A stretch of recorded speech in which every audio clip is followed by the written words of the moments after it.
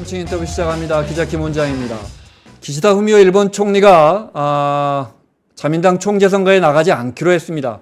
다음 달 자민당이 새 총재를 뽑는다는 뜻이고 집권 여당의 총재가 바뀐다는 말은 다음 달에 일본의 총리가 바뀐다는 뜻입니다. 우리가 미국의 민주당 전당대회 공부하고 공화당 부통령 후보도 알고 그죠? 중국은 삼중전에 이런 것까지 공부하는데 일본 정치 잘 몰라요. 그래서 오늘은 일본 정치 최소한 이 정도는 알자 해서 모셨습니다. 국가안보전략연구원의 김숙현 책임연구원 자리했습니다. 어서 오십시오. 안녕하세요. 그냥 편하게 박사님이라고. 예. 일본 정치 현장에서도 일하신 적이 있으시다고요? 예. 유학 시절 동안 한 2000년부터 한 2007년 말까지 한 2008년 네. 초까지는 지금도 현직에 계시는데 오자와 이치로 중의원 의원의 이제 국제 담당 보좌관으로 네. 일했었습니다. 예. 이치로 하면 한국 사람들은 다른 야구 선수 이치로 그렇죠. 가서 일본 정치를 이렇게 잘 네. 모릅니다. 그분이 혹시 과거에 장관도 하셨던? 민주당 당대표를 했고요. 네. 그 전에는 자민당의 이제 최연소 간사장을 했었고 네. 우리나라에서도 굉장히 잘 알려져 있는 인물입니다. 그리고 뉴스에서 많이 들어본 것 예, 같습니다. 예. 그래서 네. 지금은 이제 워낙 연로하셔서 약간은 이제 좀 뒤에 이렇게 물러나 있는 그런 형국이긴 합니다만은 최근에 다시 이제 내년 총선이 이제 예정됨으로 해서 네. 좀 야당에서 좀 구심력을 다시 응집하기 위해서 이런저런 목소리를 많이 내고 있는 걸로 알고 있습니다. 간사장이라는 직책은 뭡니까? 간사장은 사실 원내 대표 같은 그런 네. 형식이죠. 우리로 치면 예. 원내대표? 그렇죠. 네. 예. 그러니까 총재 밑에. 네, 총재 밑에 있는 네. 2인자라고 볼 수 네. 있죠. 예, 예. 옛날에 우리가 당 삼역 해가지고 사무총장 이랬었는데 그것도 다 일본에서 온 제도들인 일본도 거죠? 비슷합니다. 예, 네. 정조회장 이런 것들도 있고요. 정책 조정하는 네. 이제 그런 것도 있고 거의 우린 비슷하다고 정책위 보시면 의장이겠군요. 예, 예, 맞습니다. 하나씩 좀 여쭤보겠습니다. 네. 총선은 내년 10월인데 왜 갑자기 총리가 그만둔다는 겁니까? 이거 어떻게 되는 겁니까? 총선은 이제 보통 중의원은 임기가 네. 4년이거든요. 그런데 자민당 총재 선거는 이제 자민당 총재는 임기가 3년입니다. 그래서 지금 아베 정부 시기 이전까지만 하더라도 3년의 재임까지 가능했었는데요. 아베 총리 시절에 이제 3연임까지 이제 가능하게 하는 그 제도를 바꿨고 9년까지. 그렇죠. 네. 그리고 보통 이제 총재 선거에서 총리가 이제 국정 운영을 할 때 지지율이 나오는데 그 지지율이 높으면 그냥 다시 총재 선거를 해서 보통 총재를 당선되는 경우가 많은데 지금같이 이제 좀 인기가 없거나 할 때에는 이제 퇴진 목소리들이 이제 나오기 때문에 예, 좀 우리나라하고는 조금 다른 그런 의원내각제이기 때문에 좀 다른 특징이 있다고 이렇게 볼 수 있겠습니다. 그럼 여당인 자민당 안에서 이제 내 총재 그만하겠습니다. 총리 자리도 내려오겠습니다. 했으니까 새 총재를 뽑으면 그럼 그 사람 자동으로 총리가 되는 겁니까? 그렇죠. 내년 총선까지 남은 임기? 그러니까 임기는 이제 네. 총재 선거의 임기는 아까 말씀드렸듯이 3년이기 때문에 총리 임기가. 예. 네. 총리는 따로 임기는 없습니다. 그래서 예를 들어서 의회를 해산을 하거나 내년에 총선처럼 다시 4년 동안 아무것도 하지 않고 그대로 임기 끝까지 운영을 하겠다고 하면 4년 네. 이후에 이제 다시 총선에서 이기게 되면 총리가 될 수 있겠죠. 그러니까 내년 총선에서 이기면 계속 가겠군요. 그럼요. 네. 예. 이게 연정이 다른 이탈리아나 이런 것처럼 막 복잡하게 되고 깨지고 이런 일은 별로 없잖아요. 그런 이름이 일본은. 거의 없다고 봐야죠. 네. 자민당은. 예. 네. 특히 일본은 계속 자민당 정권이 계속 가는지 그건 좀 잠깐 뒤에 여쭤보고 이게 너무 잘 모르나요? 중의원 선거라고 하셨잖아요. 이건 네. 그러니까 상원 이런 개념입니까? 그렇죠. 상원과 이제 하원의 개념이 일본에도 네. 있는데요.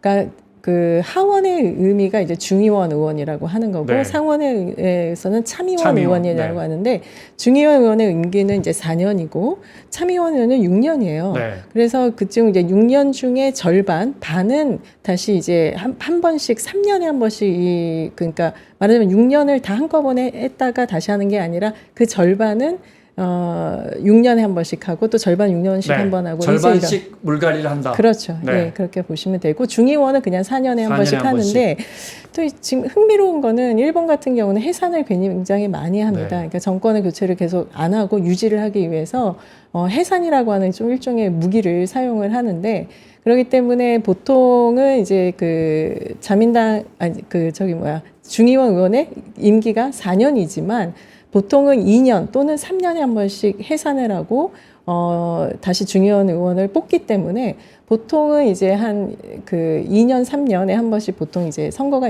있다고 보시면 되고요. 그 다음에 이제 좀 흥미로운 거는 우리나라는 이제 뭐 한 5선만 해도 굉장히 그 네. 긴 그거잖아요. 근데 일본이 이렇게 자주 해산을 하다 보니까 뭐 10선 뭐 이런 건 보통입니다. 기시다, 우리가 잘 알고 있는 기시다 후미오 총리도 지금 10선 의원이고요. 그러니까 10선 하려면 40년이 걸려야 하는데 중간에 하도 그렇죠. 해산을 해서 뭐 그러니까, 1년 만에 예. 3년 만에 하니까 그렇죠. 예. 10선이 되는군요. 예, 14이 되고, 아까 제가 말씀드렸던 그 오자와 이치로라고 하는 분은 지금 18선 하고 있습니다. 그러니까 이제 우리나라 네. 내가 몇 선이다, 뭐 3선이다 하면 벌써 한 12년 이상 네. 하는 거니까 꽤 이게 그거 되는데, 일본 같은 경우에는 뭐 10선이다, 뭐 이런 보통 얘기 나오니까 다 한국 의원분들이 좀 약간 놀래시죠. 10선은 도대체 몇 살부터 했다는 거야, 막 이렇게. 요즘 됩니다. 7선이면 6선, 7선이면 국회의장 나갑니다. 네. 그러면 과반 이상 차지해서 집권하려면 그건 중의원 의석만 따집니까? 중의원 의석이 제일 중요하죠. 참의원은 안 따집니까? 참의원 의원은 이제 참의원은 사실 네. 그렇게 크게 그러니까 중의원 중심주의거든요. 그렇기 때문에 그 모든 중요한 어떤 결정이나 이런 거는 다 중의원에서 네. 이루어지기 때문에 중의원 선거가 물론 굉장히 중요하긴 하지만 결국 참의원 선거는 하나의 표로 행사를 하기 때문에 참의원 선거 중요하다고 봐야 되겠죠. 네. 그러나 핵심은 중의원 선거다 이렇게 보시면 될 것 같습니다. 너무 쉽게 설명해 주셔서 뭐 오늘 수업 시간 공부 잘 될 것 같습니다. 기시다 총리는 왜 이렇게 인기가 안 좋답니까? 기시다 총리가 사실 이분이 이제 원래 이제 자민당 내에서는 보수 본류, 그러니까 원래 중심대 자민당 내 원래 전통파 보수 출신이었어요. 네, 근데 네. 온건파 이렇게 속해 있는 그런 분이었기 때문에 그렇게 이제 뭐 본인의 성격도 있지만 대부분은 이제 그 기시다라고 하는 인물의 이제 일단 인물에 대한 평가를 먼저 이제 말씀을 드릴게요. 네. 근데 이분은 그 적도 없고 친구도 없다라고 하는 그런 평가를 이제 많이 받습니다. 네. 그래서 이게 뭐냐, 그러니까 물론 이제 기시다파라고 하는 이제 한 47명 정도의 이제 자기의 파벌을 갖고는 있었지만 크게 이제 당내에서의 어떤 영향력을 행사하거나 뭐 더 규합을 위해서 뭐 파벌을 더 크게 키우거나 할 만한 그런 활동을 이제 적극적으로 하는 분은 아니었었고, 네. 이제 하다 보는데 이제 그 우리가 잘 아는 이제 아베 전 총리가 이제 7년 8개월 동안 총리직을 수행을 하면서 이 기시다 총리가 5년 8개월을 외무상을 이제 역임을 하게 됩니다. 그러면서 이제 외무상을 이제 역임하는 이제 그런 가운데에 굉장히 외교적인 성과도 굉장히 많이 냈었어요. 그리고 이제 우리가 잘 아는 2015년도 이제 한일 위안부 합의도 사실 이제 이 기시다 총리가 외무상이었을 때 이제 합의를 사인을 했었던 네. 그런 이제 분이었고, 그래서 이제 아베 총리가 이제 7년 8개월 동안 이제 한 다음에 퇴진을 하고 그 이후에 이제 바통을 이어받았던 것이 스가 당시 관방장관이었어요. 네. 네, 그래서 이제 스가 관방장관이 총리가 이제 됐는데 그때 당시 이제 도쿄 올림픽도 있었고 또 코로나 이런 것들이 여러 네. 가지 전반적인 있었기 때문에 사실 스가 그 전 총리가 굉장히 그 대중적인 지지도를 많이 받지를 못했어요. 그래서 코로나 대응이 미숙한 그런 것도 많았고, 네. 또 우리도 그때 뭐 어려우니까 돈을 이렇게 뭐 150만 원 뭐 이렇게 그랬죠. 국가 지원을 네. 해주는, 일본도 그런 지원책이 있었었는데, 이게 이제 일본 같은 경우에는 이제 행정 시스템이 굉장히 아날로그 방식이어가지고 전에 디지털화가 잘 돼 있지 않거든요. 그러다 보니까 누구는 주고 누구는 안 주고, 또는 이거를 빨리 해서 사람들이 어려운 점을 도와주려고 이거 만든 제도인데 이거가 이제 빨리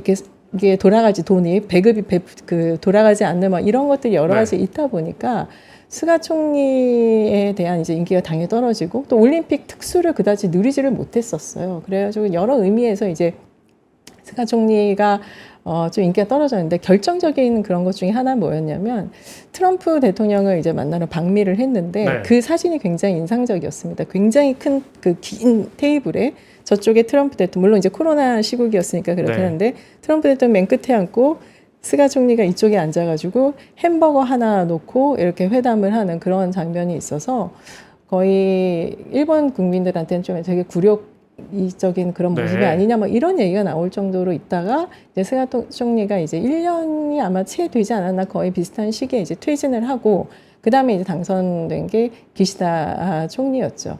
그래서 이제 기시다 총리는 당연히 아베 전 총리의 어떤 그런 정책이라든가 이런 것을 계속 계승해서 이어받고 플러스 이 사람은 이제 외교력도 굉장히 강하고 네. 이러니까 국민들에 대한 지지율이 굉장히 높았죠. 그래서 거의 처음 임기 시작 초반에는 거의 60%가 넘을 정도로 굉장히 인기가 많았고 국민적 기대감도 굉장히 컸었습니다. 그랬는데 이제 그 뭐 우리도 이제 그 방송에서 봐서 알겠지만 그 아베 전 총리가 이제 피살이 되기 이제 시작을 했죠. 그래서 그 아베 전 총리의 이제 피살로 인해서 사실은 기시다 총리의 이제 지지율에도 이제 많이 그 이제 하락을 이제 받았다라고 사실은 이게 볼 수가 있는데 아베 총리가 예, 피살됐는데 왜 기시다 총리의 지지율이 떨어지죠? 그게 이제 아베 총리가 피살이 되는데 그 아베 총리를 피격한 인물을 이제 조사를 해보니까 통일교. 예, 그렇죠. 네, 그러니까 네. 어머니가 이제 통일교에다가 지나치게 너무 많은 헌금을 해서 집안이 가세가 기울고 어렵게 됐다. 그런데 보니까 그 통일교에 아베 총리하고 또 통일교하고 그런 관계가 있다더라. 이제 네. 그거에서 그거에 대한 이제 원한을 갖고 하게 됐는데 실제로 이제 조사를 해보니. 그 자민당의 이제 그다음에 이제 구통일교 간의 어떤 그런 유착 관계가 이제 드러나기 이제 시작을 하게 됩니다. 네. 그러면서 종교하고 또 이렇게 묘하게 게다가 이제 한국 쪽이죠. 이쪽 네. 통일교가. 그러니까 묘하게 이제 이거에 대해서 국민적인 반감이 굉장히 많이 생겼는데 하필 또 기시다 총리는 물론 이제 아베 전 총리에 대한 어떤 그런 뭐 선배로서 또는 이제 총리로서의 그런 예우도 있고 또 아베 전 총리가 7년 8개월 전후 최장수 총리거든요. 그러다 보니까 이 아베 전 총리의 사망에 대한 장례식을 국장으로 이제 치르게 되는데 이 국장에 또 들어가는 비용들이 상당히 많았습니다. 결국 이제 국민의 세금으로 이 국장을 치르게 되면서 또 한번 이제 인기가 이제 떨어지게 되기 시작을 하죠. 뭐 얼마 된다고? 그래도 이제 국민 네. 정서상 이제 그런 것들이 조금 이제 용서가 안 되는 그런 부분이었던 것 같습니다. 그다음에 이제 무엇보다 이제 가장 컸던 것이 2023년 말에 이제 불거진 아베파 그러니까 돌아가신 이제 아베 전 총리가 이제 운영을 했던 그 아베파에서 정치자금 이제 비자금을 이제 형성했다고 하는 이제 그것이 포착이 되면서 언론에 대적인 보도가 되기 시작을 했고 또 일본의 이제 검찰 특수부에서 이걸 조사에 이제 들어가게 됩니다. 네. 그러다 보니까 이제 아베파뿐만이 아니라 각 파벌들에 대한 이제 조사를 하게 됐는데 하필 기시다 총리도 그 5억 우리나라 돈으로 치자면은 얼마 정도 될까요? 53억 원 네. 정도 되는 그런 비자금이 형성을 한 그런 것이 큰데요? 예. 그 이제 밝혀지게 되면서 그러니까 사실 정치적인 어떤 그런 국민에 대한 신뢰도라든가 이런 것이 완전히 급감을 하게 되는 그런 형국이 이제 되기 시작을 한 거죠. 그러니까 전반적으로 이제 크게 보면은 두 가지인데 하나는 이제 그 자민당과 구통일교 간의 유착 네. 근데 이제 결정적이었던 것은 자민당 내 파벌 내에 이제 정치 비자금 조성 이 두 가지로 이제 지지율이 굉장히 하락을 했고 반등을 하지 못해서 이제 지금의 이제 그 총재직 퇴직 그러니까 사퇴까지 그러니까 그 총재직에 다시 출마하지 않겠다라고 네. 하는 퇴진 출마 의사까지 표명을 하게 된 거죠. 통일교 하나만 여쭤보고 다시 총리 이야기로 돌아갈게요. 네. 통일교에 대한 의식은 어때요? 일본 내에서요. 네. 여론이 어떨까요? 일본이라는 나라가 선진국 중에 가장 종교를 많이 안 믿는 나라. 뚜렷한 종교가 없는 민족이잖아요. 종교가 굉장히 많죠. 그렇죠. 그러니까 종교가 그러니까 그렇게 우리 볼수 한국 있잖아요. 같은 경우는 뭐 카톨릭, 크리스찬 뭐 네. 아니면은 절 뭐 이런 거 약간 구분이 되는데 일본 같은 경우에는 장례식 같은 경우는 절에서 치르고 그다음에 결혼식은 약간 그 기독교 형식으로 교회 같은 그러니까 채플이라고 하는데 근데 그게 이제 교회를 나가서가 아니고 아니죠. 네. 그냥 그런 형식적인 거고 기본적으로 집에서는 각 뭐라고 할까 그러니까 조상을 모시는 약간 그런 거를 이렇게 하게 되고 또 각 지역의 신사들이 많잖아요. 그래서 신사에서도 또 이렇게 하기도 하고 해서 특정 종교를 어떤 믿는 그런 집단보다는 그렇게 약간 되게 많이 네. 이게 섞여 있는 듯한 불교적인 요소도 되게 섞여 있고, 그 다음에 원래 토착 신앙적인 그런 네. 요소도 섞여 있고, 그런 요소들이 조금 많이 있죠. 그리고 대표적인 것 중에 하나 이제 불교에서 이제 파생되어 온 그런 종교들, 우리나라 치면 막 이단이라고 표현을 하는데 그런 종교들도 많습니다. 대표적인 게 이제 창가학회라고 하는 이제 그런 네. 종교인데요. 그 창가학회 같은 경우에는 굉장히 신도들이 많기 때문에 이 창가학회의 신도들로만 또 모아놓아가지고 만들어진 정당이 있습니다. 그게 이제 지금 자민당과 연립을 하고 있는 공명당. 아, 그래요? 예, 예. 네, 공명당 많이 들어봤는데 예, 예. 열린여당 중에 하나인 공명당은 종교 기반이에요. 종교 기반입니다. 예, 그래서 이제 물론 이제 창가학회가 이단으로 네. 보는 그런 시각은 아니지만 약간 이제 불교에서 약간 파생되어 나온 그런 것이고, 또 우리나라도 마찬가지지만 일본에서도 종교는 이제 그 세금의 혜택이 있다 보니까 굉장히 집단적으로 굉장히 이제 이게 커지는 그런 네. 영향이 있습니다.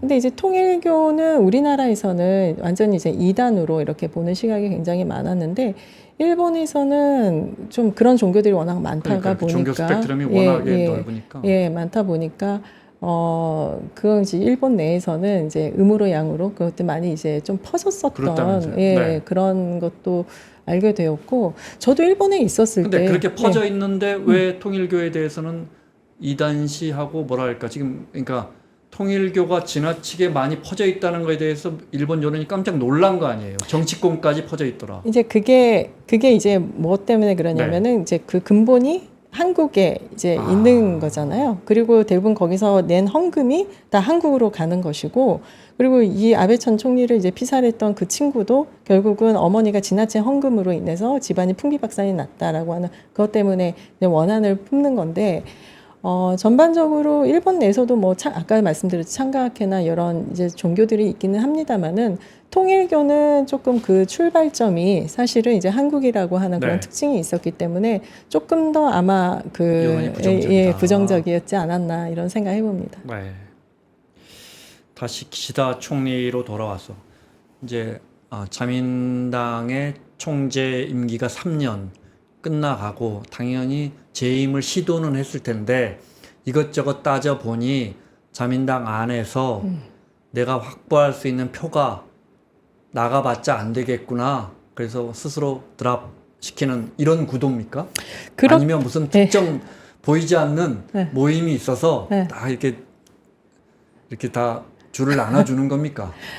뭐 둘 다 있다고 봐야 네. 되겠죠. 먼저 이제 그러니까 일본은 내가 총재 선거에 나가고 싶어 해서 되는 게 아니라 네. 20인의 추천인이 필요합니다. 20명의 추천을 받아야 이제 입후보가 가능한데, 보통 이제 파벌에 있었던 예를 들어서 아베파는 96명 정도였었고 네. 해산하기 전에는, 그다음 아소파 같은 경우에도 한 50 몇 명 정도 되고 기시다도 한 47명 되니까 추천인을 받는 거는 그렇게 어렵지가 않았어요. 그런데 일단은 그 당내에서의 입지가 굉장히 약해졌던 것이 거의 지지율이 10%대, 20%대까지 이미 떨어져 있는 상태였고, 기시다에 대한 여론도 조사를 이렇게 봤을 때는 굉장히 나빴거든요. 그래서 심지어 7월 달 같은 경우에 지난달 7월 초만 하더라도 일본에서 잠깐 정권 교체가 잘 이루어지지 않는데 정권 교체를 해야 한다라고 하는 그런 목소리가 약 70%가 넘게 나오고 막 이러다 보니까 기시다 총리로서는 그러면은 어느 시점에서 좀 해산을 하고 다시 재신임을 묻는 거를 해야 될까라고 고민을 했는데, 그렇게 재신임을 묻는 거를 의회를 해산을 하기 위해서는 결국은 지지율이거든요. 네. 국민의 지지율이 있어야 또 자민당 의원을 뽑아주는 건데, 그렇지 않으니까 그 시기를 가늠하기가 어려웠고, 그래서 이제 결국 이때까지 이제 왔는데, 계속해서 지지율 반등을 하려고 뭔가를 이제 시도는 했습니다만은 결과가 다 좋지 않았고, 결국 그래서 좀 자민당을 개혁해야 된다. 특히 지금 이제 불거진 정치자금 스캔들은 자민당이 갖고 있는 아주 고질적인 사실 병이거든요. 그래서 좀 얘기가 거슬러 올라가면은 이제 그 자민당이 2번 정도 이제 정권 교체가 됐었었는데, 한 번은 이제 93년 호소코와 연립내각 이때였고, 그다음 또 한 번은 2007년도 에 이제 2009년도죠. 2009년도 민주당 정권이 이제 잡았을 이 두 거였었는데, 93년도에 지금 이제 그 사실 정권 교체가 됐었던 가장 큰 이유 중에 하나도 사실 정치와 자금 문제 때문에 예, 불거져서 거기에 있었던 아까 제가 모셨다는 그 오자와라고 하는 사람이 간사장이었던 그 사람이 가만히 있어도 거기서 총리가 되지만 이 자민당 개혁을 해야 된다. 이거는 더 이상 가능성이 없다. 그래서 본인이 나와서 세력을 데리고 나와서 하나의 이제 내가 연립 정당 비슷한 거를 하나 만들어 가지고 그렇게 해서 이제 탄생시킨 그런 건데 그러니까 이게 너무 오래된 이 파벌과 돈 이거의 관계에 대해서 일본 국민들이 굉장히 이거에 식상해하고 그러니까 소위 말하는 피로도가 굉장히 높아진 거죠. 그리고 역시 자민당은 구제불능이다. 이게 개선이 안 된다. 이렇게 파벌 여전히 돈으로 다 이렇게 비자금 모아서 이렇게 한다. 이 생각이 드니까 더 이상 자민당을 지지하지 않으려고 하는 그런 물론 이제 고정층 빼고는 그런 인기가 굉장히 많이 하락을 하게 됐죠. 근데 이거를 어떻게 돌파구를 이제 해야 되느냐 기시다 총리도 고민을 많이 했지 않았겠습니까? 근데 이제 그래서 뭐 외교적으로도 뭔가 좀 해보려고 많이 노력도 하고는 했는데 궁극적으로는 이제 지지율이 높아지지 않으니까 이제 지금 아까 이제 사회자님께서 말씀하셨듯이 보이지 않는 이제 그건데 일본 자민당 내에는 지금 2명이 이제 킹메이커로 불리는 사람이 있습니다. 한 명은 이제 우리가 잘 아는 이제 아소타로 외상을 한 적이 있나요? 아소 총리도 했었었고요. 아소. 그래서 아소 지금 이제 자민당 부총재로 있는데 그분이 이제 거의 그 킹메이커의 하나의 이제 그 역할을 하고 또 한 분은 이제 지금 아까 말씀드렸던 스가 전 총리. 이 2명이 사실은 뭐 거기서 고령자이기도 하지만 당내에서 영향력을 행사하기 때문에 이 2 사람의 어떤 지지라든가 어떤 이런 것이 없으면은 사실상 총재 선거에 나기가 그렇게 쉽지는 않거든요. 그런 측면에서 봤을 때는 이제 아소가 원래는 이제 아소파와 아베파가 지지를 해서 기시다 총리가 되었는데 지금 이제 아소 부총재가 조금 이제 지지를 하지 않고 내려와야 한다라고 하니까 이제 그 압박이 있었던 거죠. 그러니까 어차피 총재 선거 나가도 자기가 당선되지 않을 가능성이 워낙 높다라고 봤기 때문에 지지율 이렇게 총재 선거에서 누가 총리가 됐으면 좋겠습니까? 인지도 조사를 하잖아요. 기시다 총리가 항상 7등 거의 최하위였던 것 같아요. 네. 결국 인기 없어서 내려간 거네요. 그죠? 그렇죠. 네. 스가 총리나 아소타로 이런 분들 연세 많으시죠? 그렇죠. 그 아소 그분은 80대 아마 중반 정도 되는 걸로 알고 있고 스가 총리 일본 정치가 다른 선진국에 비해서 뚜렷하게 고령화돼 있죠. 뭐 일본 사회 전체가 고령화돼 있기는 합니다만은 그렇게 보니까 또 근데 이제 그분들이 이렇게 장수할 수 있고 오래 할 수 있는 거는 아까도 또 이게 또 고질적인 거 있지만 파벌 자기의 세력이 있기 때문에 그 세력 안에서 계속 영향력을 행사하는 거죠. 그러니까. 어쨌든 중요한 선거 나가려면 공천이 돼야 할 거 아닙니까? 그렇죠. 그 공천권을 총재가 갖고 있는 거죠. 당에 그 파벌들이 계속 유지가 되면서 그런 어떤 파벌 계파 정치, 파벌 정치에 뭐 일본 이야기하고 있으니까 이런 오야봉들은 계속해서 공천을 받고 출마를 하고 그러면서 아무리 고령화 사회라고 하지만 뭐 저희가 일본 정치를 잘 모르지만 굉장히 고령화되어 있는 거 아닌가 그런 생각이 그렇죠. 그러니까 잘 바뀌지 않는 이유가 뭡니까? 잘 바뀌지 않는 이유는 이제 이게 오래된 그것도 있지만 사실 우리는 총선 하면 300명 중에 150명이 바뀌거든요. 그래서 어떻게 보면 좋은 점도 있지만 어떤 정책의 전문성, 연속성 이게 좀 떨어지는 게 있습니다. 그런데 근데 이제 왜 정권 교체가 자주 일어나지 않느냐는 한 3가지 특징이 볼 수가 있어요. 하나는 이제 96년도에 일본이 이제 그러니까 중선거구제에서 소선거구제로 이제 바꿨는데 중선거구제에서는 이제 한 선거구에서 뭐 의원을 이제 2명 입후보할 수, 3명도 막 입후보할 수 있으니까 이 사람들이 서로 공천을 받기 위해서 계속해서 이제 세력을 이제 형성을 하게 되거든요. 그래서 이게 파벌이 점점 이제 영향력을 행사하게 되는 그렇게 되어서 이제 중선거구제 영향이 하나 있고, 그다음에 이제 또 하나는 정권 교체가 잘 안 되는 이유 중에 하나는 파벌이 또 의외로 순 기능을 합니다.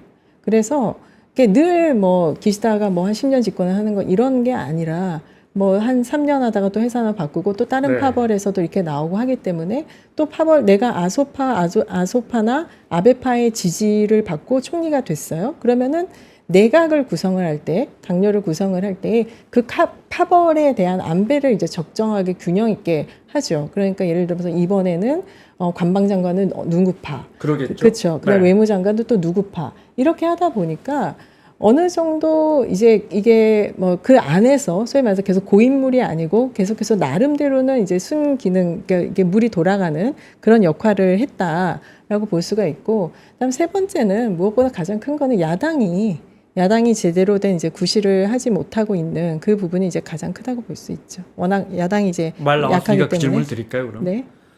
정권 교체가 2번 있었던 일본이 지난 뭐 2차 대전 이후에 한 70년 동안 정권 교체 2번. 이런 선진국이 어디 있습니까? 그래도 네.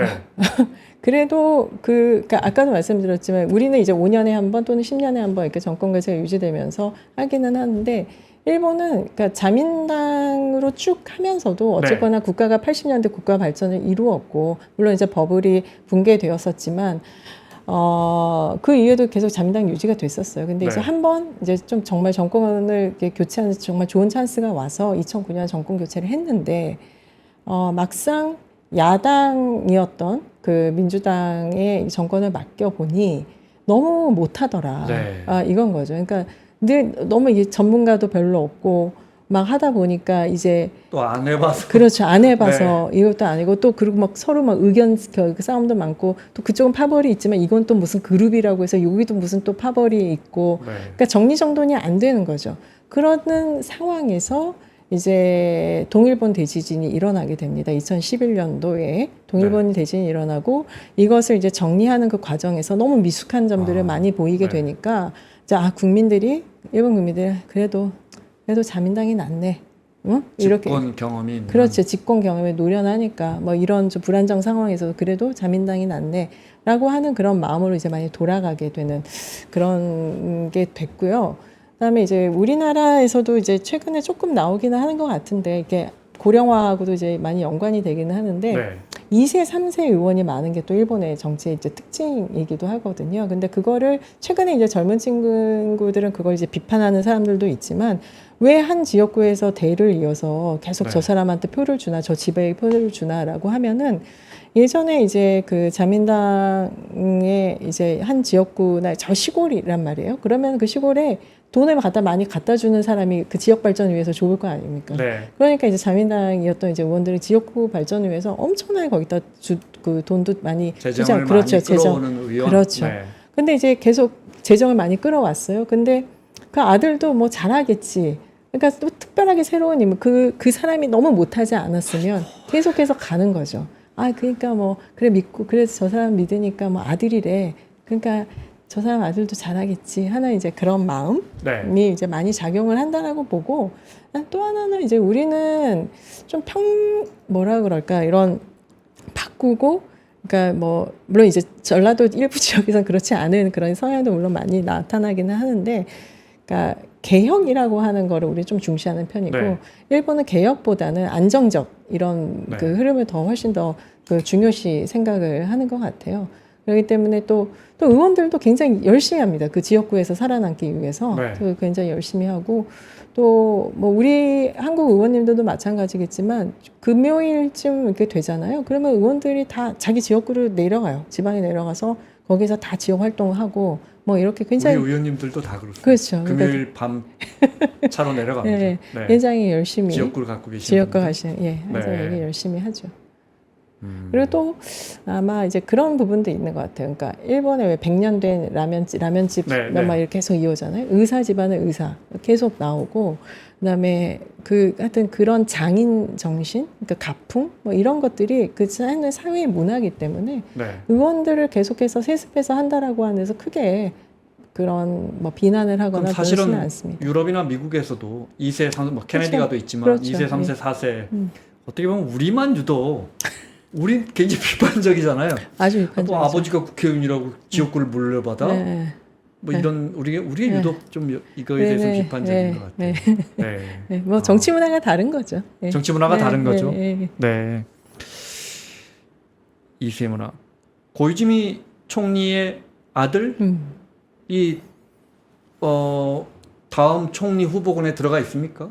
총리 이제 내일이죠. 내일 네. 아마 이제 총재 후보 선거, 그러니까 출마를 이제 공식적으로 할 총재 텐데. 후보도 나가고. 예, 총재 네. 후보 이제 총재 후보가 돼야 총리가 그렇군요. 되니까.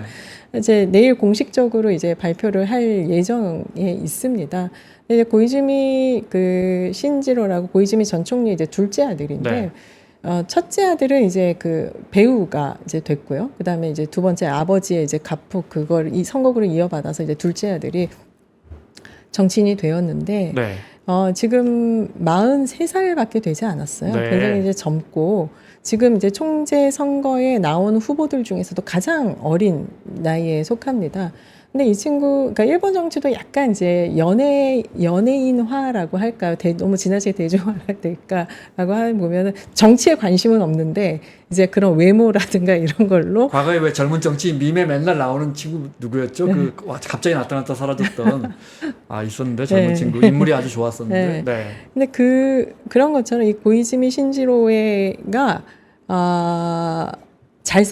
인물이 외모가 수려합니다. 네. 그래가지고 굉장히 인기가 이제 대중적인 인기는 많아요. 그런데 어린 나이에 이제 그 등용이 되면서 환경성 장관을 이제 맡았었는데 그때 이제 좀 실언들을 굉장히 많이 합니다. 그래가지고 굉장히 그러니까 대중적으로도 이게 그러니까 똑똑하지는 않다. 이런 평가를 좀 이제 많이 받았고, 이건 또 그러니까 좀 얘기는 한데, 네. 또 잘생기고 막 이러다 보니까 여성 스캔들도 네. 조금 많고, 하여튼, 그랬었던 이제 사람이에요. 근데 지금 어쨌거나 인기율로 치자면은 이제 지금 67세인 이시바라고 하는 그분이 있는데, 그분을 원래는 그분이 항상 이제 1등을 유지했었거든요. 근데 최근에 약간 바뀌어서, 네. 고이즈미 이 의원이 지금 다시 이제 1등으로 이렇게 근소한 차긴 한데 1등이 되었어요. 근데 여기서 중요한 근데 건 총재 선거가 여론조사로 되는 건 아닐 거예요. 그렇죠. 네. 총재 선거는 그 일반 국민들은 투표할 수가 없고 당연히 국회의원 표하고 당원 당의표 이거를 이제 합쳐서 이제 투표를 하게 됩니다. 근데 이제 투표를 했을 때에 예를 들면은 과반수를 이제 획득을 해야 하는데 과반수를 획득하지 않으면은 2차 결선 투표를 하게 돼요. 근데 그 결선 투표를 할 때에는 네. 그 국회의원 당연히 자민당 의원 표와 그 다음에 이제 지방표라고 해서 도도부현에 이제 표가 있습니다. 그 표가 굉장히 작아요. 한 47표 정도밖에는 되지가 않는데 이제 그게 합쳐지니까 당연히 국회의원 표가 압도적일 수밖에 없는 거죠. 그래서 국회의원 그 자민당 내에 국회의원들의 지지율을 많이 받는 사람이 총재 선거가 되는 거고 네. 총재 선거에서 이기는 거고 고이즈미 같은 경우에는 당내의 기반이 그렇게 확고하거나 네. 자신의 파벌이 있거나 그런 건 아니고 결국은 이렇게 좀 이렇게 센 사람들, 아까 말씀드렸던 아소라든가 네. 이런 사람들의 지지가 필요한 그런 스가나 아소 계파의 지지를 받지 않으면 그렇죠. 어렵다. 쉽지 않다. 쉽지 않죠. 네. 네. 이시바 시게루 그 사람은 어떤 사람입니까? 이시바 시게루 의원은 약간 좀 비운이라고 봐야 되는데 이분은 좀 되게 재밌어요. 그러니까 일본의 아까 종교 말씀을 하셨었지만 네. 이게 그 카톨릭을 네. 믿는 그런 분이시고 2012년에 이제 아베 총리가 선거에 그러니까 아베가 이제 총재 선거에 나왔을 때 이 이시바가 같이 대항을 하게 됩니다. 그러면서 이제 거기에서 이제 미움을 받게 되죠. 그래가지고 원래 이제 미움을 받게 되면서 약간 좌천이 되고 좀 불운하게 이제 그렇게 2012년 이후부터는 좀 불운해지기 시작했는데 이분은 지금 현재 우리나라가 만 나이로 한 67세 정도 네. 되고요. 그 다음에 이제 간사장도 했고 방위성 장관도 이제 역임을 했는데 이분의 특징이 있습니다. 그러니까 방위 오타쿠라고 하죠. 방위 이게 덕후. 네. 그래서 그런 거에 굉장히 관심이 많아요. 군사, 그 다음에 안보 네. 이런 거에 굉장히 관심이 많은데 또 그렇다 보니까 다른 일반적인 어떤 외교라든가 경제나 이런 부분에 좀 많이 약하다라고 하는 이제 그런 평가를 좀 받으시고 받는 이제 그런 편이고요. 그 다음에 대중적인 인기는 항상 좋았습니다. 왜 그러냐면 이분은 이제 하고 싶은 말은 다 하는 그런 성격인 거고. 그 다음에 또 의외로 이제 미국에게 약간 이제 미일 동맹이라고 하는 그런 틀이 있기 때문에 일본은 항상 미국에게 끌려가는 그런 형국의 어떤 외교 전략이라든가 그것들이 많았는데 이번은 이제 미국에 할 얘기는 해야 된다라고 하는 약간 그런 네. 주의이고 그래서 미국에 대한 좀 비판적인 그런 언변도 굉장히 많이 하는 편이어서 생각보다는 좀 진짜 진심으로 일본을 생각하는 사람이다라는 그런 평가도 그래서 대중적인 인기가 좀 많은 그런 편에 이제 속하는 그건데 아까도 말씀드렸지만 총리는 직접 선거가 아니기 때문에 네. 예, 이분은 항상 이제 되지가 않죠. 예. 아. 네. 이시바 시게루 의원이 아까 저 안보 부분을 중시한다 그래서 우리는 일본의 군국주의화를 매우 일본의 재무장을 매우 경계하고 있는데 거기에 대한 이시바 시게루 의원의 시각은 어떻습니까? 근데 이제 우리가 보통 이제 일본을 얘기할 때 막 군국주의, 재무장 이런 얘기를 이제 많이 하는데 그런 이제 논의는 저는 약간 좀 시대적 흐름에 맞지 않는다라고 네. 이제 그렇게 생각을 하고요. 지금 이제 가장 중요한 거는 어쨌거나 뭐 한미일 협력이라고 하는 그런 큰 틀에서 한일 관계도 이제 봐야 된다라고 하는 그런 소다자 협력 내에서 한일 관계를 봐야 한다라고 하는 그런 논의들이 많기 때문에 이시바라고 하는 인물이 뭐 군국주의적이고 뭐 일본의 재무자인데 이런 걸로 이렇게 접근을 하기보다는 이시바가 한미일 협력을 어떻게 보고 있는가 아니면은 한일 관계에 있어서의 안보 협력이라든가 이런 거에는 어떻게 보고 있는가 이게 되게 중요한데 전반적으로 제가 보기엔 합리적인 그런 네. 분이기 때문에 뭐 갑자기 예를 들어서 헌법을 개정을 해서 뭐 일본을 뭐 보통 국가화 한다라든가 뭐 이런 거를 뭐 출마를 얘기할 때 네. 얘기를 하거나 그런 가능성은 매우 낮다라고 그것이 지금 보고요. 정치권의 주요 이슈도 아니고. 주요 이슈도 아니죠. 네. 예. 근데 물론 이제 헌법 개정, 그러니까 헌법이라는 게 우리가 알고 있는 헌법 구조만 있는 것이 아니고 이번에 나온 이제 고이즈미 같은 경우는 일본은 이제 부부 별성, 그러니까 부부가 이제 그러니까 결혼을 하게 되면은 네. 그 여자가 남편의 성을 따르는 이제 그런 제도인데 그게 사실 헌법인가 어떤 게 거기에 묘하게 그게 되어 있는 부분이 네. 있나 봐요. 그래서 지금은 이제 부부 별성을 인정을 해야 한다라는 그거 있는데 그걸 하기 위해서는 또 헌법을 약간 개정을 해야 하는 그런 것들이 있는 것 같더라고요. 그래서 헌법이 뭐 다 헌법 구조, 뭐 보통 국가 뭐 이런 것만 있는 거는 아니기 때문에 네, 그럼 일단은 고이즈미 신지로 그러니까 고이즈미의 아들과 그다음에 이시바 시게루 의원 2파전 정도 됩니까? 아니면 이거 열어봐야 합니까? 그 지금은 좀 그러니까 2파전이라고 보기는 어렵고요. 네. 그러니까 지금 또 하나 이제 그 우리도 잘 알고 있는 고노 타로라고 하는 네. 인물이 있는데 이 사람이 이제 아소파의 의원이긴 합니다. 근데 네. 이 고노 타로 의원도 지금 1963년생이니까 우리나라로 얼마 전일까요? 61살 네, 정도 네. 된 것 같네요. 근데 이분도 이제 하나의 좀 약간 그 예전부터 50대 때부터 차기 총리다라고 해서 그냥 거론이 많이 됐었고 이분 좀 친한파다고 이야기 그렇죠. 나오는. 네. 흥미로운 거는 기시다 총리가 2021년에 총리가 됐을 때 이 사람이 2등을 했었어요. 고노타로가. 네.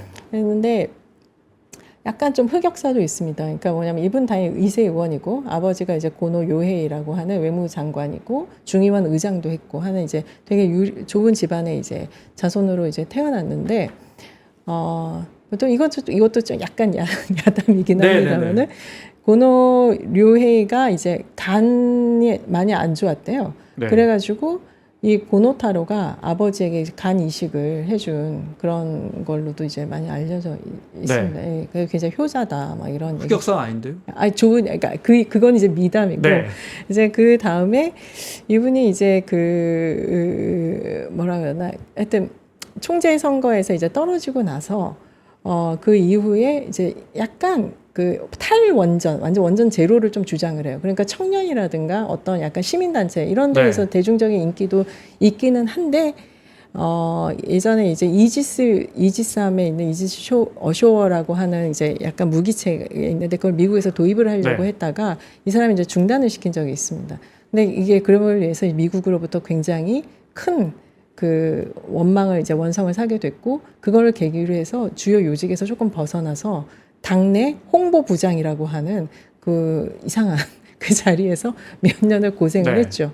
그리고 이제 다시 이제 지금 디지털 성을 이제 만들어서 디지털 성 장관을 하면서 이제 부활을 했는데 최근에 이제 본인이 이제 총재 선거에 나온다고 하면서 자기가 이렇게 열심히 해서 일본을 많이 이렇게 디지털 IT 일화 시켰다라는 걸 좀 많이 자랑하는 그런 사람이고 또 하나는 이제 한국에서는 그 친한파 또는 네. 이제 지한파로 좀 알려져 있는데 고노다로 의원. 그렇죠. 네. 예, 그래서 한국인 그 인턴도 그 기용을 했었었고 국회에 있을 때 그리고 또 한국 말도 제가 알기로는 조금 하시는 걸로 알고 네. 있습니다. 그럼 뭐 영어는 당연히 미국에서 유학을 했었기 때문에 영어는 당연히 잘하고요. 외무상도 역임을 했고 괜찮습니다. 아주 그 인품적으로는 예. 그러니까 잘은 우리가 일본 정치인을 워낙 모르지만 다 많이 들어봤거든요. 오래 전부터. 그러니까 참 이분들이 오래 하신다는 건 알겠습니다. 오래 하죠. 보통 네. 이제 예. 고노다로 친한파라 불리는 고노다로 의원까지 알아봤습니다. 일본 자민당이 뭐 사실상 계속해서 집권 여당으로 있으면서 보통의 멀쩡한 나라라면 뭐 보수당, 진보당 나눠진다든지 뭐 다수당이 경쟁한다든지 또 서유럽처럼 이렇게 연정해가지고 한다든지 뭐 중림대각을 만든다든지 이러지 않고 자민당이 그냥 늘 가고 총리만 좀 개혁적인 사람, 보수적인 사람, 네. 뭐 진보적인 사람 이런 식의 자민당 안에서 그 정치적 성향이 결정되는 것 같아요. 그렇죠. 이거 설명 좀 해주시면. 그러니까 그게 파벌이거든요. 네. 결국 이제 우리가 알고 있는 그 파벌은 이제 96년도 아까 제가 말씀드렸지만 96년을 기점으로 보셔야 될 겁니다. 그러니까 그 전에는 이제 중선거구제여서 파벌이 굉장히 막 난립을 하고 막 이랬었었는데 소선거구제로 바뀌면서 실제적으로 파벌 내에서의 어떤 그 파벌 간의 이제 경합이라든가 이런 거는 조금 약화가 되고 결국은 뭐가 이제 중시가 되기 시작을 했느냐 그 선거구에서 이겨야 되니까 야당에서도 한 명 이쪽에서도 한 명이다 보니까 실제적으로 능력 있는 사람 그다음에 선거를 잘하는 사람 이런 사람들을 이제 그 뽑아야 되는 이제 이런 것이 생기게 되죠. 그러니까 2000년 이후부터는 어떤 현상이 발생하느냐 파벌과는 조금 무관했던 아까 고이즈미 지금 네. 신주의 아버지인 이제 고이즈미 같은 이런 사람이 이제 등장을 하면서 포퓰리즘이 이렇게 등장을 하기 시작을 네. 합니다.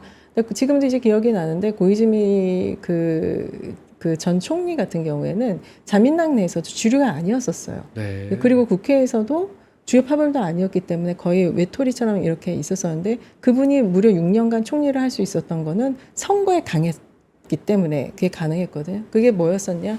우정 민영화를 찬성하느냐 반대하느냐 OX로 이제 그렇게 국민들을 얘기를 네. 했고 그러면 훨씬 쉽잖아요. 우체국 민영화. 그렇죠. 이제 그거부터 사실 이제 시작을 했고 그분이 이제 그러면서 이제 국민들에게 어떻게 인기를 얻을 수 있는지를 굉장히 잘하는 이제 그런 인물이다 보니까 이제 그런 포퓰리즘적인 이제 그런 것들이 이제 점차 등장을 하기 시작을 했어요. 2000년 이후부터는. 예. 그러니까 질문이 네네네. 뭐였죠? 그러니까 예.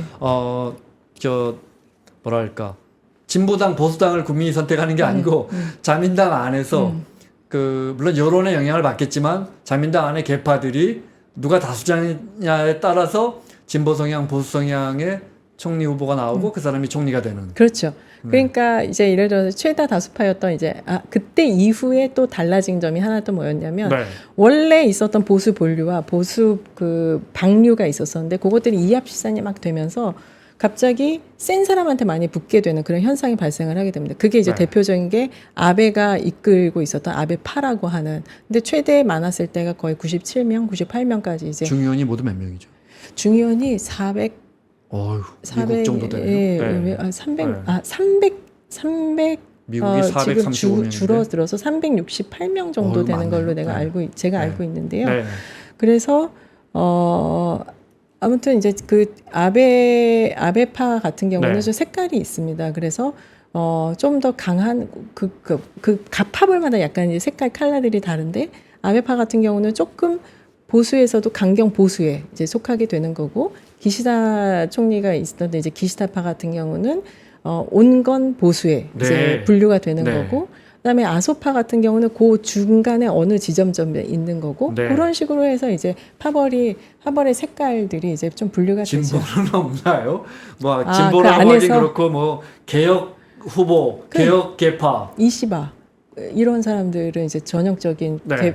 그런 걸 얘기를 하고 그다음에 고이즈미 전 총리도 파벌을 없애야 된다. 자민당 파벌 없애야 된다. 이걸 계속 주장했던 인물이죠. 그러니까 그런 사람들이 등용을 하면 기존에 있었던 파벌이라든가 이런 것들이 많이 그 영향력을 행사하지 못하게 되는 그런 상황이 네. 되는 거죠. 이런 건 어떻습니까?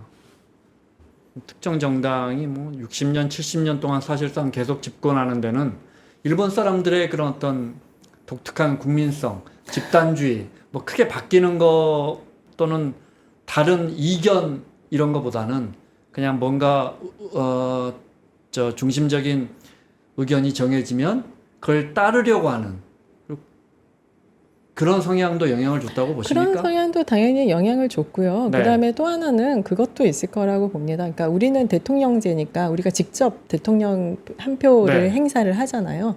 그러니까 일본에서는 그 직접 선거가 아니다 보니까 크게 그게 본인한테 한 표가 그렇게 와닿는 것 같지는 않는 것 같아요. 제가 보기에는.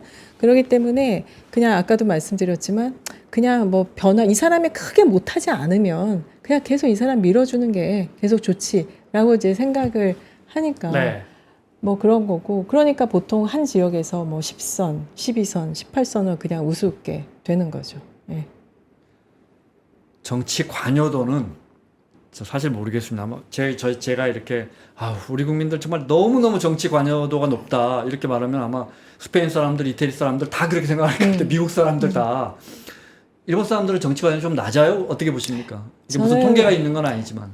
저는 매우 낮다라고 보고요. 네. 그거는 약간 그러니까 정치에 대한 아까도 말씀드렸듯이 총리를 직접 뽑지 않는 그런 네. 거에서 오는 약간 내가 뭘 뽑아도 내가 국회의원 누구를 뽑아도 결국은 자민당 이거에서 또 거기서 돌고 내가 네. 원하지 않는 사람이 또 총리가 돼도 그냥 굴러갈 거니까 이렇게 되다 보니까 내 한 표가 그렇게 대단한 영향력을 행사하지 않는다라고 이렇게 보는 시각도 굉장히 많고요.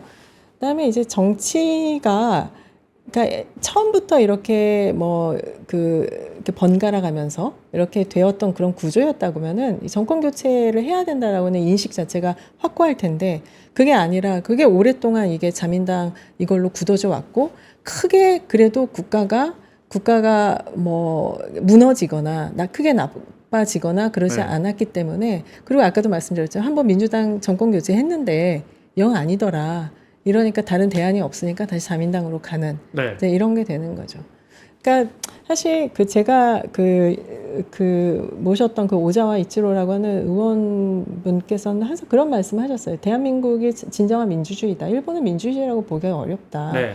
이게 정권 교체가 돼서 이렇게 해가지고 그거에 대한 반성과 교훈과 이런 것이 연결이 되면서 정치가 성장을 하는 건데 일본 같은 경우는 이게 일당 집권이 너무 길다 보니까 이걸 네. 과연 민주주의라고 볼 수 있느냐라는 이런 얘기를 굉장히 많이 했죠. 미국 정도가 적당하게 이렇게 뭐 8년 주기를 이렇게 바뀌어주는 물론 단임하는 대통령도 있지만 우린 또 그렇죠. 너무 자주 자주 바뀐다는 바뀌어서. 예. 민주주의라는 게 비용이 많이 드는 맞아요. 제도 아닙니까? 맞아요. 근데 우리는 네. 민주주의를 잘 실현하고 있는 것 같긴 해요. 근데 네. 비용이 많이 듭니다. 네. 네, 그런 생각은 네. 듭니다. 민주당이라는 야당은 어떤 존재입니까?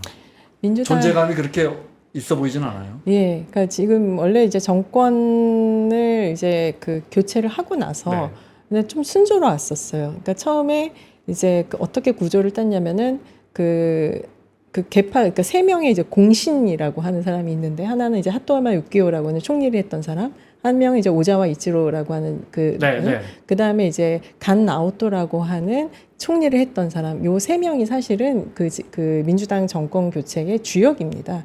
그래서 그때 이제 어떻게 이거를 나누기를 시작을 했냐면은 정부는 하토야마가 맡고 민주당은 오자와가 맡는다. 이런 식으로 이제 네. 이렇게 해서 약간의 이제 그 권력을 그래서 역할 분담을 이제 명확하게 했었었는데 그 다음에 이제 오자와라고 하는 그 분이 자기가 차기 이제 총리가 당연히 당 대표니까 총리가 이제 될 거라고 생각을 했었었는데 이게 그 간 나오토 개파가 이제 또 소위 말하는 소장파들이 있었어요. 그분들이 이제 또 그 다수를 차지하다 보니까 무슨 소리냐. 당대표 선거를, 그러니까 오자와는 그냥 소위 말하는 추대를 해줬으면 좋겠다. 이게 당이 분열되는 결리가 싫었기 때문에 추대를 해줬으면 좋겠다라고 했는데 이 간나오또는 안 된다. 당대표 선거를 해야 된다. 그래서 당대표 선거를 했는데 떨어졌죠. 근소한 차이로. 그러다 보니까 이제 간나오또가 총리가 됐고 이게 당의 이제 구심력이 그 조금 소진이 되면서 파벌로 다시 그러니까 나눠지게 돼버리는 그런 상황이 이제 되기 시작을 하죠. 그러면서 이제 그 동일본 대지진이 일어나고 간나오또가 이제 그런 수습하는 과정에서 제대로 그걸 하지 못하니까 이제 인기가 떨어지게 되고 그게 흐지부지하게 되면서 이제 정권 교체가 돼버렸죠. 2012년도 아베에 의해서. 예. 그러니까 그때까지도 현장에 계셨던 거죠. 그때 의원실에 계셨던 아니죠. 그때 그 전에 나오셨죠. 2000은 이제 정권 교체하기 직전에 나오셨어요. 네, 민주당 그래서 지금은 이제 집권하기 직전에. 예, 지금은 또 이게 또 거기서도 또 개파해 가지고 지금은 야당이 엄청 많아요. 그래가지고 제대로 그걸 하나에 합쳐도 지금 될까 말까인데 그러니까 이게 안 되고 또 야당 의원들은 막 내가 정권 교체를 해야지 이런 생각보다는 그래 자민당 의원도 빼치고 나도 빼친데 내 빼치만 잘 유지하면 되지라고 하는 약간 그런 생각도 있습니다. 그래서 어차피 정권 교체는 머나먼 얘기고 그냥 야당 의원으로서 그냥 그 월급 받고 충실한 그런 생활을 하자는 그런 정치인도 다수 있죠. 예. 일본 사회가 지난 30여 년 동안 특히 경제적으로도 그렇고 일본이라는 거대한 국가가 잘 성장하지 못한 데는 후진적인 정치 구도도 한몫했다고 보십니까? 저는 물론 그렇다고 봅니다. 예. 어떤 이제 경제 성장이나 이런 거에 비해서는 물론 이제 뭐 이것도 너무 좀 지나치게 전문적인 얘기로 정치가 상부 구조 아닙니까? 그렇죠. 근데 거기에서 항상 뭐 유착 관계도 있었었고 고인물이다 보니까 이게 개선이 안 되고 경제는 발전을 하는데 정치는 계속해서 그 자리에 이런 것들이 조금 많았고, 그러니까 물론 이제 자민당을 다 비판을 할 수는 없죠. 자민당의 어떤 그런 파벌들이 가져왔던 선 기능이라는 것도 있고 이런 게 있는데 이제 시대의 흐름에 따라서 이것이 개혁이 되고 조금 변화가 되어야 되는데 그런 것들을 좀 뒷받침하지 못하지 않았냐. 대표적인 게 이제 일본이 왜 IT에서 이게 뒤처지게 되는가 하는 것이 바로 이런 정치적인 결단력, 판단력의 부족에서 온 것이라고 이렇게 봐야 되겠죠. 근데 상식적으로는 일본처럼 소득이 높고 국민들이 균질하게 어떤 우수한 인력을 갖고 있고 물론 역동성은 좀 떨어지는 민족인 것 같아요. 반대로 우리는 정말 역동성이 정말 끝내주는 민족이긴 한데 근데 일본 사람들의 장점도 참 많지 않습니까? 당연히 이런 소득이 높고 발전된 나라에서는 야 이제 한번 바꿔보자 이런 게 있을 것 같은데. 근데 그런 게 그러니까 잃어버린 30년이라고 하죠. 그러니까 일본이 이제 그 버블 붕괴 이후에 되게 오랫동안 그 경제가 완전 거의 성장을 하죠. 계속 유지가 됐거든요. 그때 당시의 물가와 지금은 이제 많이 조금 그러니까 지금 돈을 워낙 많이 풀어서 이게 약간 물가가 올라가긴 했습니다만은 제가 98년에 이제 유학을 갔을 때의 그 물가와 제가 한국에 돌아왔을 때 2015년대 물가가 거의 똑같았어요. 그러니까 거의 변화가 없어요. 그러니까 이제 이런 어떤 소위 말하는 성장하지 못하는 이런 축 처진 이런 구조 속에서 이제 오래 있다 보니까 일본 국민들도 좀 매너리즘이라 뭐라고 할까요? 그냥 좀 지쳐 있는 어떤 막 이렇게 뭔가 개선을 해서 이거를 바꿔보자 뭐 이런 거가 잘 생기지 않는 거죠. 그러다 보니까 계속해서 이 구조 속에서 계속 이루어지는 거고, 그러니까 우리보다는 훨씬 정치가 우리의 뭐를 바꿔준다라고 하는 인식은 우리보다는 훨씬 더 없는 것 같아요. 예. 작년에 이제 플러스 성장했고 정말 뭐 물가도 오르고, 금리도 한번 올렸고, 뭐 30년 동안 못한 거 지금 다 하고 있는데 어떻게 좀 분위기가 좀 바뀌고 있어요? 근데 이게 그런 것 같아요. 거대한 전환으로 보십니까? 일시적인 거라고 보십니까?